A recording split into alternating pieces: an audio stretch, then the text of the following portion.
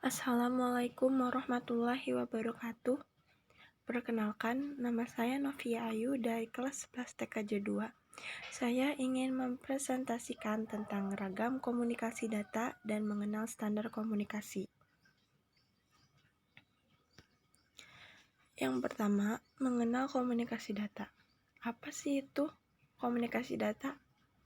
Komunikasi data adalah proses pengiriman data atau informasi dari dua atau lebih device. Contohnya seperti komputer, smartphone, handphone, dan lain-lain yang terhubung dalam suatu jaringan. Selanjutnya di sini ada metode komunikasi yang terdiri dari simplex, half duplex, dan full duplex. Simplex yaitu komunikasi satu arah, pengirim hanya bisa mengirim pesan ke penerima dan tidak dapat menerima pesan, dan penerima hanya dapat menerima pesan dari pengirim dan tidak dapat mengirim pesan. Contohnya seperti radio, televisi, dan lain-lain. Yang kedua, half duplex, yaitu komunikasi dua arah, pengirim dan penerima masing-masing dapat mengirim dan menerima pesan, tetapi secara bergantian. Contohnya seperti walkie-talkie, chatting, dan lain-lain. Yang ketiga, full duplex, yaitu komunikasi dua arah seperti half duplex, tetapi penerima dan pengirim dapat mengirim dan menerima pesan secara bersamaan dalam satu waktu. Contohnya, telepon, video call, dan lain-lain. Dan di sini ada contoh gambar metode komunikasi data.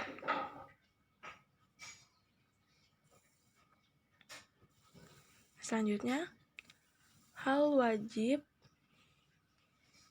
yang harus ada dalam sebuah komunikasi data.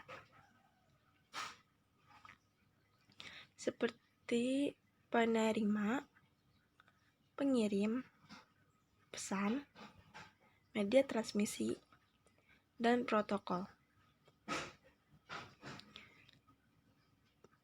Penerima yaitu penerima data atau informasi yang dikirim oleh sender. Kedua, pengirim yaitu pengirim data atau informasi yang selanjutnya akan diterima oleh receiver.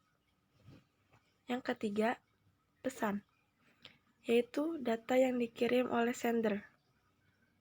Keempat, media transmisi, yaitu media yang dibutuhkan oleh data atau informasi yang dikirim oleh sender agar sampai ke receiver. Contohnya seperti kabel, udara, dan lain-lain. Yang terakhir, protokol, yaitu aturan yang harus disepakati oleh dua atau lebih device agar dapat berkomunikasi.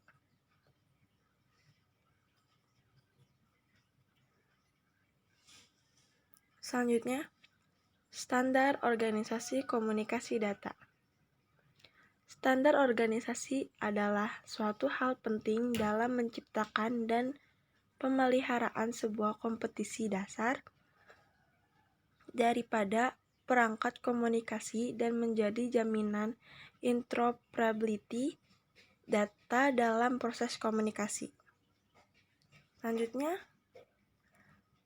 standar organisasi internasional dalam bidang komunikasi data. Yang pertama,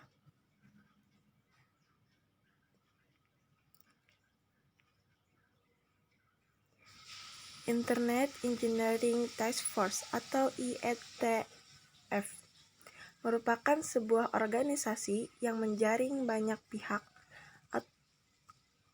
atau baik individu maupun organisasi yang tertarik dalam pengembangan jaringan komputer dan internet.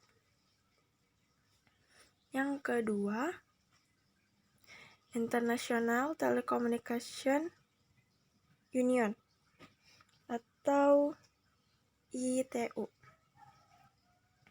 merupakan sebuah organisasi internasional untuk membakukan atau memastikan dan meregulasi radio internasional dan telekomunikasi,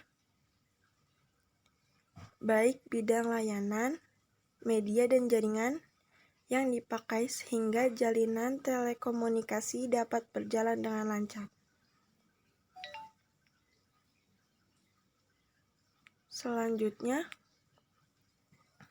International Organization for Standardization atau disingkat ISO.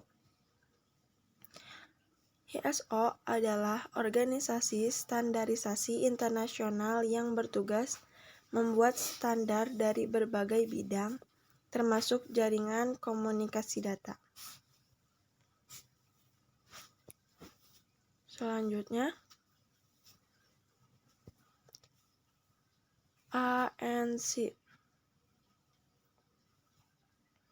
adalah sebuah kelompok yang mendefinisikan standar Amerika Serikat untuk industri pemrosesan informasi. Selanjutnya,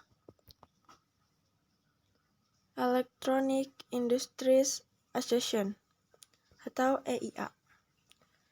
EIA merupakan perkumpulan atau asosiasi produsen perangkat komunikasi. Selanjutnya, Institute of Electrical and Electronic Engineers atau disingkat IEEE. IEEE adalah organisasi profesi yang membuat berbagai standar termasuk dalam bidang jaringan komunikasi data. Selanjutnya yaitu OSI layer. OSI adalah standar komunikasi yang ada di dalam jaringan komputer itu sendiri.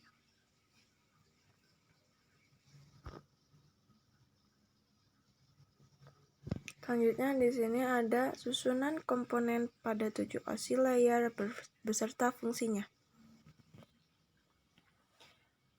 Application layer berfungsi sebagai antarmuka dengan aplikasi dengan fungsionalitas jaringan, mengatur bagaimana aplikasi dapat mengakses jaringan.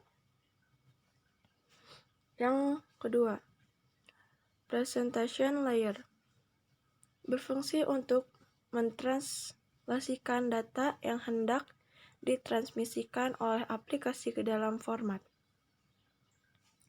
Yang ketiga, session layer berfungsi untuk mendefinisikan bagaimana koneksi dapat dibuat, dipelihara, atau dihancurkan. Yang keempat, transport layer berfungsi untuk memecahkan data ke dalam paket-paket tersebut sehingga dapat disusun kembali pada sisi tujuan yang telah diterima. Kelima, network layer berfungsi untuk mendefinisikan alamat-alamat IP. Keenam, data link layer berfungsi menentukan bagaimana bit-bit dapat dikelompokkan menjadi format yang disebut sebagai frame. Yang terakhir, physical layer berfungsi untuk mendefinisikan media transmisi jaringan, metode pensinyalan, sinkronisasi bit, dan arsitektur jaringan.